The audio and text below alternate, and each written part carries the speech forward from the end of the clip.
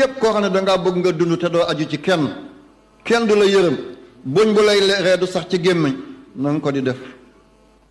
dal leen jaamu seen chaîne YouTube Le Coran et ses secrets di leen ñaan bu leen fàttee abonné ci chaîne bi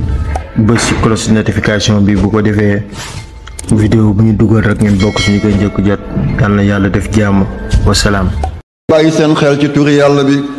képp koo xam ne dangaa bëgg nga dund te doo aju ci kenn du la yërëm buñ bu lay reedu sax ci gémmiñ na nga ko di def. mooy alif lam mim allahu la ilaha illa huwa alxayul qayyum ñeenti téeméer la ak juróom-ñett fukk ak ñeent 484 la mooy tolloog almaalu annaasu da nga am nit ñi da nga am alal.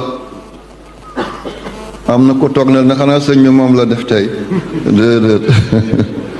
ñi fi nekkee mbëggeel moo leen fi andi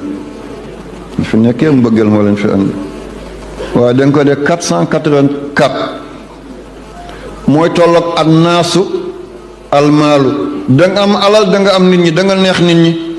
te mooy tolloog xayyun qayyum yaasin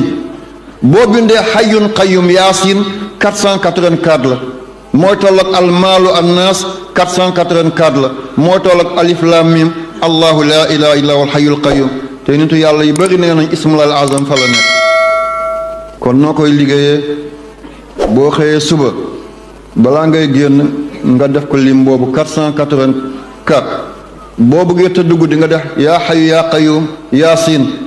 484 nga def la ba 484 jours loo sumb mu sotti loo jéem mu ant loo dogu yàlla may la ci ndam.